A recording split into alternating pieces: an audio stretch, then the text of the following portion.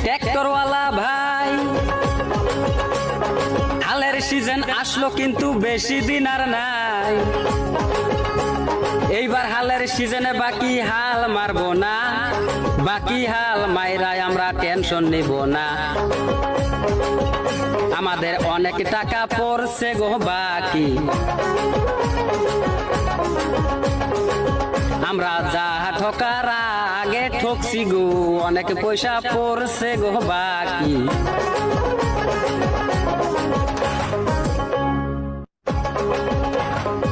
আমরা সবাই ট্র্যাক্টরওয়ালা কেরালাতে যাব, কেরালাতে যাই আমরা কামও যে করিব। কেরালার কামাই দিয়া কিস্তি মারিব, হালের সিজন উঠলে পরে বাড়িতে আসিব